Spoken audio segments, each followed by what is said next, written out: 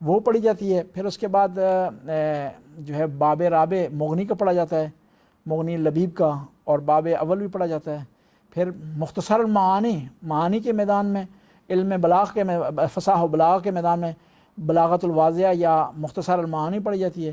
پھر ہم چلے جاتے ہیں فقہ کی طرف. فقہ میں جو سب سے پہلی استدلالی کتاب ہمارے ہاں پڑھی جاتی ہے وہ اس کا نام ہے لمح دمشقیہ. وہ باب طہارت سے شروع ہوتی ہے اور دیات پر جو ہے وہ اس کتاب کا جو ہے خاتمہ ہوتا ہے تو اختتام ہوتا ہے. ماشاءاللہ ماشاءاللہ. جی آپ کے پی ایچ ڈی کا تھیسس کا عنوان کیا تھا؟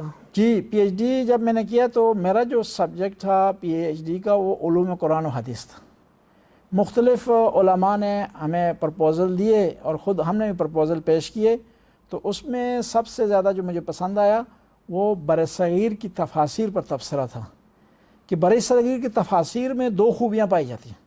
قرآن کی تفسیر جو قرآن کی خدمت کی ہے برصغیر کے علماء نے, شیعہ یا سنی یا کسی مکتب سے ان کا تعلق تھا, اس میں دو خوبیاں پائی جاتی ہیں. ایک تعدد زبان ہے, لغات متعددہ, مختلف زبانوں نے تفاسیر لکھی ہیں. اردو میں ہے, سواحلی میں ہے, مراٹھی میں ہے, پنجابی کی گرمکھی اور فارسی اسکرپٹ دونوں میں جو ہے وہ تفسیر پائی جاتی ہے. ایک اور میں خصوصیت آپ کو بتاؤں پنجابی زبان کی, کہ پنجابی زبان کو شرف حاصل ہے کہ اس میں قرآن کی جو منظوم ترجمے ہیں, یعنی ترجمہ جو نظم اور شعر کی صورت میں ہوتا ہے, وہ سب سے زیادہ دنیا میں دونوں اسکرپٹ میں, گرمکھی میں بھی اور خود جو اردو یا فارسی کا اسکرپٹ ہے اس میں بھی ہے.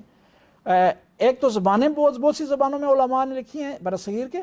دوسری یہ ہے کہ مکاتب مختلف ہیں, مکاتب تفسیری مختلف ہیں. اور تیسرا یہ روشہ تفسیری بھی جو ہے, یعنی جیسے ہم جہت تفسیر کہتے ہیں یا منہج تفسیر یا اسلوب تفسیر, تینوں میدانوں میں علماء نے جو ہے وہ بڑا کام کی ہے. میں جو حساب لگا رہا تھا جب میں تیسرے لکھ رہا تھا 2011 کی بات ہے, تو اس وقت میں نے حساب لگایا کہ برصغیر کے خطے میں جو میں نے احاطہ کیا ہے, میں نے استسقاء کیا ہے, برصغیر کے خطے میں تقریباً قرآن کے ترجمہ اور تفسیر جزئی اور کلی کو اگر حساب کریں تو کم از کم 1500 بنتے ہیں. 1500 تفاسیر اور ترجمے, یہ بہت بڑا کام ہے. بہت بڑی قرآن کی خدمت کی ہے اس خطے نے, یعنی برصغیر کے پاک و ہند نے. اور میرا جو عنوان تھا وہ جو ہے وہ برصغیر کی تفاسیر پر تبصرہ تھا. میں نے جو ہے وہ آغاز سے شروع کیا محمد بن قاسم کے زمانے سے, اور اس کو جو ہے موجودہ زمانے تک جو تفاسیر تھیں وہ میں نے ان کی جانچ پڑتال کی. ترجمے کے حوالے سے میں شیعہ سنی کی بات نہیں کر رہا ہوں, جنرل بات کروں گا. مجھے جو سب سے اچھا ترجمہ اہل سنت کا لگا ہے وہ مولانا مودودی کا ہے, یا اس کے علاوہ محمد حسین جلندری کا بہت اچھا ترجمہ. اور شیعہ ترجموں میں جو سب سے اچھا ترجمہ مجھے لگا اور آسان, روان اور قرآن کی زبان کی ادائیگی کا حق جو ادا کیا گیا وہ شیخ محسن نجوی صاحب کا ہے. خدا ان کی عمر کو طول فرمائے. آمین. جی اور آپ کے پاس سوال ہو؟ ماشاءاللہ. مجھے بس تھوڑا سا بتائیں کہ میرا ایک دوست ہے ادھر دوسری کنٹری میں, ایتھن میں, وہ بھی اپنا شیعہ مذہب سے ہیں. جی تو مجھے وہ کربلا کے بارے میں ایک بار بات کی, تو اس کے بارے میں آپ کچھ بتا سکتے ہیں؟ جی, کربلا ایک عظیم جگہ ہے, جنت کے ٹکڑوں میں سے ٹکڑا ہے, جہاں نبی کریم صلی اللہ علیہ وآلہ وسلم کے نواسہ دفن ہیں, اور نبی کریم کی آل بیت اور ان کے خاندان کا پاک خون کربلا کی سرزمین پر بہا. پیغمبر نے فرمایا حسین و منی وانا من الحسین, حسین مجھ سے, میں حسین سے ہوں. جو حسین کی زیارت کے لیے آئے گا گویا وہ میری زیارت کے لیے آیا. نبی کریم جو ہے وہ نماز میں تھے, جی. امام حسین آ کر نبی کریم کی پیٹھ مبارک پر بیٹھ گئے تو خدا کی طرف سے آرڈر ہے کہ اے محمد اپنے سجدے کو طول دے. اس وقت تک سجدے کو اختتام تک نہ پہنچا جب تک میرا حسین جو ہے اتر نہیں آتا. اتنی عظیم ہستی کی زیارت ہے جہاں حاجتیں پوری ہوتی ہیں, جہاں لوگ اپنی حاجتیں کے لیے حاصل کرنے کے لیے جاتے ہیں. میں آپ سے پوچھتا ہوں ایک سوال, ایک بزرگ ہستی ہو اور آپ اس کے بچے سے پیار کریں گے تو وہ ہستی کتنی خوش ہوگی. ماشاءاللہ.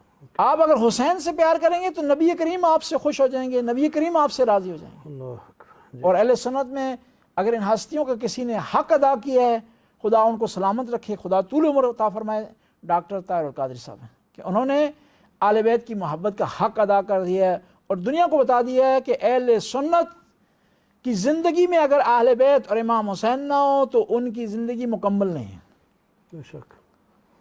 جی میں اب تھوڑا خود اپنے جو پروگراموں کے بارے میں بتاؤں گا بتائیں پلیز. کہ میری روٹین کس طرح رہتی ہے. جی بتائیں. ہمارے پروگرام روزانہ مختلف رہتے ہیں, کبھی زیادہ کبھی کم.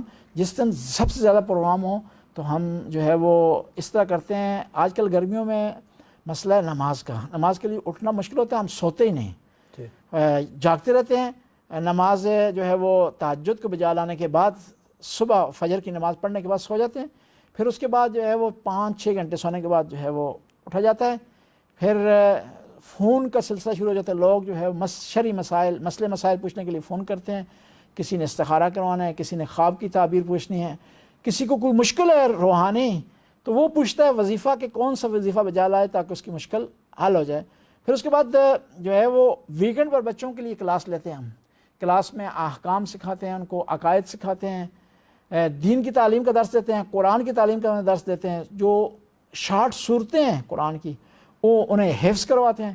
پھر ہفتے کے دوران کبھی نکاح پر جا رہے ہیں, کبھی جنازہ جو ہے وہ اس کے فرائض انجام دے رہے ہیں, کبھی دوستوں سے مل رہے ہیں, کبھی بعض اوقات بعض گھروں میں جھگڑے ہوتے ہیں, مشکلات ہوتی ہیں, وہ افراد فون کرتے ہیں, ان کے گھر میں جا کر صلح کروانے کی کوشش کرتے ہیں. پھر یہ ہمارے ہاں جمعرات کو ایک دعا ہوتی ہے, اس دعا کا نام ہے دعائے خضر, جو امام علی علیہ السلام نے اپنے ایک پیارے صحابی کمیل ابن زیاد کو تعلیم فرمائی ہے. اور اس دعا میں خدا کی صفات بیان کی گئی ہیں, خدا سے طلب کرنے کا, حاجت مانگنے کا طریقہ بتایا گیا ہے.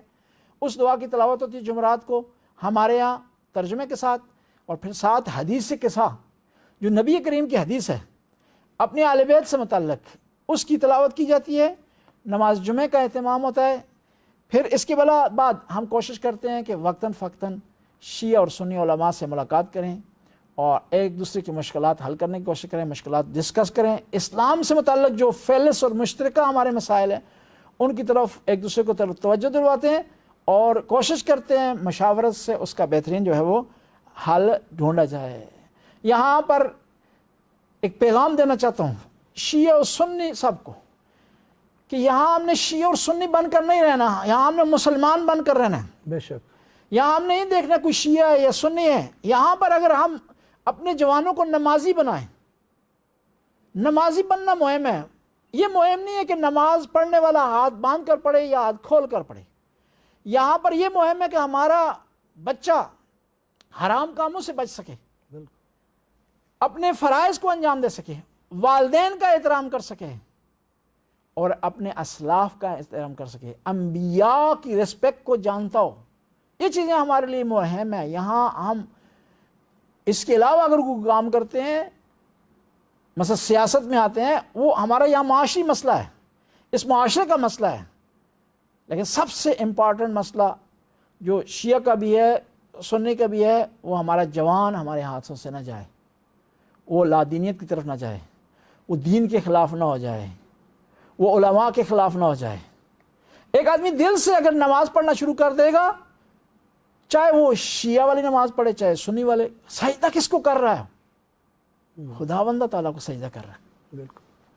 نماز میں کیا ہے؟ سورہ حمد ہے, شیعہ ہو یا سنی, سورہ حمد کے بغیر نماز ہے ہی نہیں. لا صلاۃ الا بفاتحۃ الکتاب, بغیر رکوع کے نماز نہیں ہے. شیعہ اور سنی دونوں میں رکوع ہے. بس کوشش کریں پیار و محبت رکھیں ایک دوسرے سے, ایک دوسرے کو اپنا سمجھیں. بچوں کو ایسی تربیت کریں کہ جو اسکول میں جا رہے ہیں, کالج میں جا رہے ہیں, ان کو تربیت کر کے بھیجیں وہاں پر کہ سارے مسلمان آپس میں بھائی ہیں, یہ ایک ہیں, ان کی ویلیوز ایک ہیں, ان کے فائدے ایک ہیں, ان کے نقصانات مشترک ہیں, تاکہ وہ اپنائیت کا احساس کریں اور دین کی طرف آئیں. یہاں بھی اگر ہم جھگڑوں میں پڑ گئے, شیعہ سنی کے جھگڑوں میں پڑ گئے, بریلوی دیوبندی کے جھگڑوں میں پڑ گئے, اہل حدیث اور حنفی کے جھگڑوں میں پڑ گئے, تو ہمیں ٹائم نہیں ملے گا کہ ہم نے اولاد کی, اپنی آئندہ نسل کی تربیت کر سکیں. آئندہ نسلوں کے لیے محبت کا پیغام چھوڑیں. اسلام محبت کا درس دیتا ہے, اسلام آشتی کا درس دیتا ہے, اسلام صلح کا درس دیتا ہے, اسلام پیار کا درس دیتا ہے. ہم تو اس نبی کے ماننے والے ہیں جس نے دشمنوں سے بھی پیار کیا, جس نے دشمنوں کو بھی اپنا بنایا, جس کی اخلاق کی وجہ سے دیکھیں جو اسلام مدینے سے چلا تھا آج دنیا کے کونے کونے تک پہنچ گیا. کس وجہ سے؟ نبی کریم کے جو ہے اخلاق پاک سے، کردار سے، عمل سے پہنچا ہے. اس وجہ سے اگر ہمارے جس طرح ہماری حالت ہے، کوئی شیعہ بنا ہوا ہے، کوئی سنی بنا ہوا ہے اور ایک دوسرے کو دشمن سمجھتے ہیں، اگر ہماری طرح نبی کریم رویہ اختیار کرتے تو اسلام یہاں تک نہ پہنچتا. اسلام میں محبت نہ ہوتی، آشتی نہ ہوتی، الفت نہ ہوتی. بس یہ مختصر سا بیان تھا. آپ کے پاس اگر کوئی سوال ہوتا ہے خدمت میں حاضر. جی بس میں آخر میں آپ سے یہی التجا کروں گا کہ جو کرونا وائرس کی وجہ سے لوگ جو اس دنیا سے کوچ کر چکے ہیں اور جو بیمار ہیں ان سب کے لیے ایک دعا ہو جائے، اور ساتھ میں جو ہماری NGO نور اللیو ہے اس کو جتنے بہن بھائیوں نے آج تک ہماری سپورٹ کی ہے ان کا بھی شکریہ ادا کرنا. ان کے والدین کے لیے، بیوی بچوں کے لیے، بہن بھائیوں کے لیے ہم نے دعا میں ان کو یاد رکھنا ہے، اس لیے کہ ان سب کی مہربانی سے ہمارے نور اللیو جو ہے اس وقت تک ہم ماشاءاللہ 100 پوری فیملی ہے جس کو ہم ڈونیٹ کر رہے ہیں کھانے کی. تقریباً 5 لاکھ روپے بنتا ہے مہینے کا، اس کا 100 بندہ پورا ہے. اور یہ پیسے سب لوگ ادھر ناروے سے ہمارے بہن بھائی دے رہے ہیں، ان کے لیے اسپیشلی دعا کرنی ہے.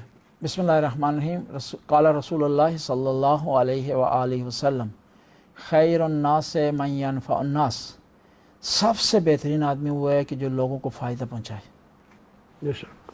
پیغمبر گرامی نے ایک دفعہ کہا کہ جنت میں میرے ساتھ اس طرح ہوگا، یعنی میرے ساتھ ہوگا، میرا ہمجر ہوگا. تو صحابہ کرام نے سوال کیا کہ کون ہوگا یا رسول اللہ؟ فرمایا جو یتیم کی یتیم نوازی کرے، یتیم کا خیال رکھے. بہت بڑا کام ہے. اتنی بڑی فیملیوں کو، اتنے بڑے تعداد میں غریب لوگوں کو کھانا پہنچانا، ان کا خیال رکھنا، نبی کی سنت پر عمل کرنا. میں یہاں عرض کروں گا تمام انسانوں کو، ہم سارے مانتے ہیں نبی کے ایک نواستے تھے، ان کا نام تھا زین العابدین. وہ رات کو چہرے پر نقاب ڈال کر کے غریبوں کے محلوں میں جایا کرتے تھے اور غریبوں کے سرانے کھانا چھوڑ کر آیا کرتے. جب وہ دنیا سے گئے تو ان کے بیٹے نے جب غسل دیے تو ان کی کمر پر نشان تھے کچھ. تو کسی نے ان کے بیٹے امام باقر سے سوال کیا کہ نشان کس چیز کے ہیں؟ تو کہنے لگے میرے بابا جو رات کی تاریکی میں غریبوں کے لیے کھانا لے جاتے تھے پیٹھ پر لاد کرنا، یہ اس کے نشان ہیں. آئیں یہ نور ریلیف کا ساتھ دیں، ان کا ہاتھ بٹائیں، ان کے ساتھ ثواب میں شریک ہو جائیں، اور جتنا بھی آپ سے ہو سکے نور ریلیف کی مالی مدد کر سکیں تاکہ یہ کار خیر آگے بڑھ سکے اور آپ کے لیے صدقہ جاریہ بن سکے. خدایا جو بھی مومنین و مومنات، مسلمین و مسلمات اس نور ریلیف کی مدد کر رہے ہیں، کسی حوالے سے منتھلی مدد کر رہے ہیں، ویسے راشن کے حوالے سے مدد کر رہے ہیں، یا ویسے دوڑ دھوپ کر رہے ہیں، یا اللہ ان کی توفیقات میں اضافہ فرما، ان کی رزق میں وسعت عطا فرما. یا اللہ جو خدا کے راستے میں یہ دے رہے ہیں اس کا تو دگنا چگنا انہیں عطا فرما. یا اللہ تو غفور رحیم، ان کے مرحومین کی مغفرت فرما. یا اللہ تیری بارگاہ میں عاجزی سے عرض کرتے ہیں، یہ نور ریلیف خلوص سے شروع ہوا ہے، عامر بھائی بٹ جو ہے خلوص سے اس میں کام کر رہے ہیں، ان کو مزید خلوص عطا فرما. یا اللہ ان کو دنیا اور دین میں ترقی عطا فرما. یا اللہ اس کا ثواب ان کے مرحومین کے نام اعمال میں درج فرما. یا اللہ تیری بارگاہ میں عاجزی سے عرض کرتے ہیں جو لوگ کرونا میں مبتلا ہیں ان کو شفائے کامل و عاجل عطا فرما. نبی کریم کی عظمت کا صدقہ، نبی کریم کی ہجرت کا صدقہ، نبی کریم کی اولاد کا صدقہ، خدایا ان کو شفائے کاملہ و عاجلہ عطا فرما. یا اللہ جو لوگ دنیا سے چلے گئے ہیں ان کی مغفرت فرما. نبی کی شفاعت نصیب فرما. جو اس موذی بیماری سے محفوظ ہیں انہیں اپنے حفظ و امان میں رکھ. ربنا آتنا فی الدنیا حسنہ وفی الآخرۃ حسنہ وقنا عذاب النار. اللہم صلی علی محمد و آل محمد. آپ کا بہت بہت شکریہ کہ آپ نے بھی ہمیں یہ حصہ ڈالا ہمارا اس کار خیر میں. خدا آپ کی توفیقات میں اضافہ فرمائے. بہت مہربانی، شکریہ.